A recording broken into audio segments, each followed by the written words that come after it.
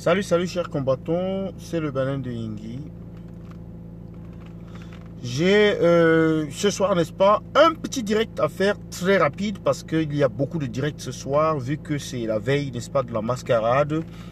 J'ai quelques chiffres pour vous. Il y a le chiffre 100,48%. Il y a le chiffre 148. Et il y a le chiffre 100. Il y a le chiffre 134. 100,48, c'est, n'est-ce pas, le pourcentage accumulé de tous les candidats aux élections présidentielles.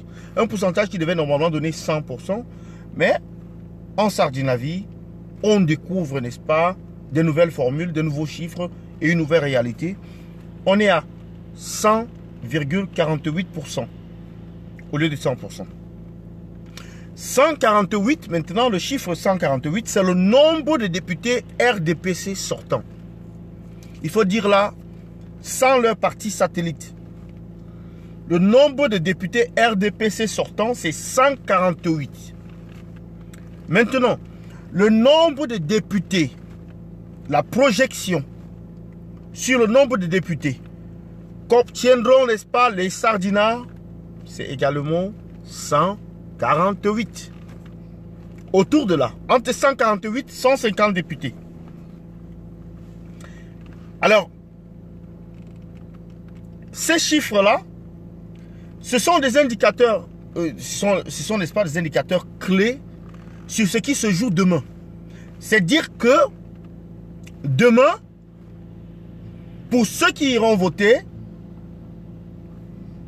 la seule chose qu'ils vont changer, c'est de faire peut-être entrer un parti comme le PCRN dans l'Assemblée nationale.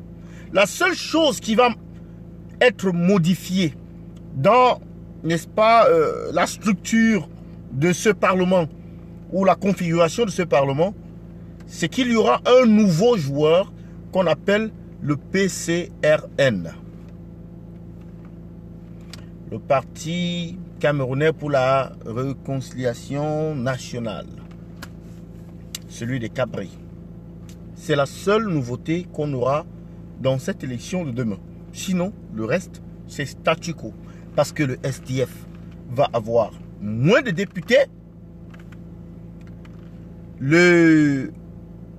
L'UNDP, l'UPC qui est autorisé à aller aux élections, l'UDC, ils vont plus ou moins avoir leur nombre de députés qu'ils ont l'habitude d'avoir. Soit un député pour l'UPC, un ou deux députés pour l'UDC, et puis 8 ou 10 députés pour l'UNDP. 8, même peut-être 8 même c'est trop. Et maintenant, essayons d'estimer combien de députés le SDF aura. Bon, le SDF peut se retrouver à 12 députés par là. Et le PCRN peut se retrouver à 3 députés par là. Donc faites les additions là.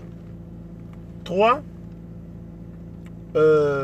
députés plus 8, ça fait 11. 12 du SDF, ça fait 23. UDC, on leur donne 2 ou 3 députés. On est là environ, combien là? On était à 23. On tombe à 26. Et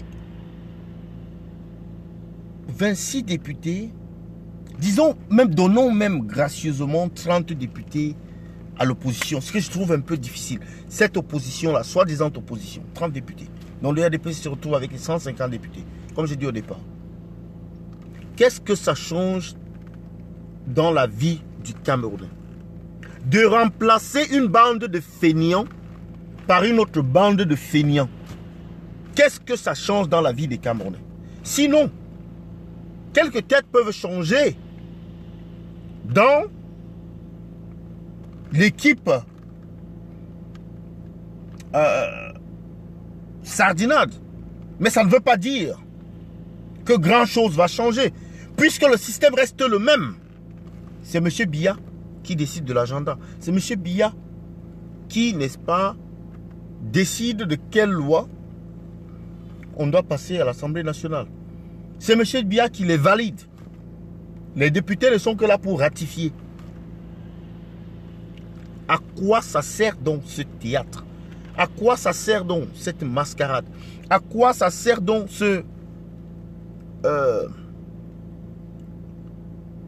cette tromperie?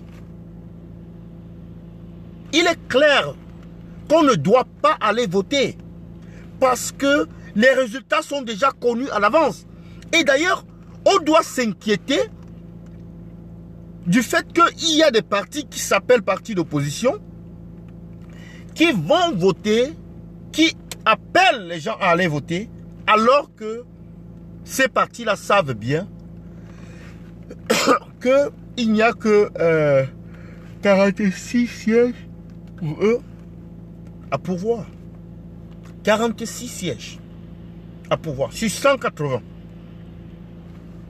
Toute une opposition va à une élection à la recherche de 46 sièges. Si ce n'est pas la sorcellerie, c'est la folie. C'est soit l'un, soit l'autre. Un parti normalement constitué ne peut pas accepter de participer à une telle élection dans un pays où l'opposition avait 80 ou 90, près de 90 députés. Donc, la vérité c'est quoi? La vérité c'est que ceux-là qui se réclament de l'opposition, qui vont aux élections, ils n'ont pas un objectif différent de celui du parti au pouvoir, qui est celui de s'occuper de leur vente, et c'est tout. Parce que les députés du RDPCI, ils sont là juste pour remplir leur vente. C'est tout. Remplir leur vente, ils ont deux missions, je vous ai dit. Première mission, remplir leur vente. Deuxième mission, donner une connotation démocratique à la dictature de M. Biya. C'est tout. Je pense là, je vous ai donné en des termes très simples un petit exposé sur les enjeux de l'élection de demain. Cette élection-là va simplement habiller d'une parure, n'est-ce pas, démocratique, la dictature reptilienne, barbare, féroce du roi fainéant, en utilisant ce qu'il sait le mieux utiliser. Les fraudes, elles sont déjà en marche depuis. Et là même, il y a des audios qui circulent sur des fraudes qui vont, n'est-ce pas, être lancées demain, qui vont, n'est-ce pas, être appliquées demain, les fraudes qui vont rentrer, n'est-ce pas, en action. Les méthodes de fraude qui vont rentrer en action demain. Ce soir à demain, le bourrage des urnes et tout ça, pour montrer que les Camerounais sont allés voter malgré l'appel au boycott. Donc, que le RDPC a non seulement gagné les élections, mais le RDPC a gagné avec brio. C'est-à-dire, on a même réussi à infliger une défaite pas possible, n'est-ce pas, au MRC qui a prôné le boycott et ses partis alliés. Ce sera le narratif pour demain. Donc, chers combattants, c'était le banane de Yingui. On est connecté sur une seule onde. C'est celle du boycott. Zéro élection. Opération pied mort. non vote, hashtag je ne vote pas, hashtag no election, hashtag boycott total, hashtag boycott actif. Donc j'en ai terminé là, il y a beaucoup de live ce soir. Je dois aller suivre le live de Marc Seigneur Ivoire qui a commencé un peu avant. Franchement, il faut dire que j'ai eu du mal à trouver une fenêtre pour faire le live là ce soir parce qu'il y a beaucoup de live. Il y a le président élu qui est au Canada, qui a eu une tournée spectaculaire là-bas, extraordinaire, et qui est en train de se diriger vers les États-Unis où également nous allons voir quelque chose d'assez remarquable. Donc, je vous remercie pour ceux qui ont pu être connectés, n'est-ce pas, sur ce direct, Mathieu Toko et Hippolyte Chouente. Je vous remercie, n'est-ce pas, d'avoir suivi le direct. Passez le message du boycott à vos familles, à vos amis, à votre entourage. La patrie et la mort nous vaincront. Nous allons libérer ce pays de gré ou de force. C'est le Banin de Yingui. Bonne soirée à vous et à bientôt.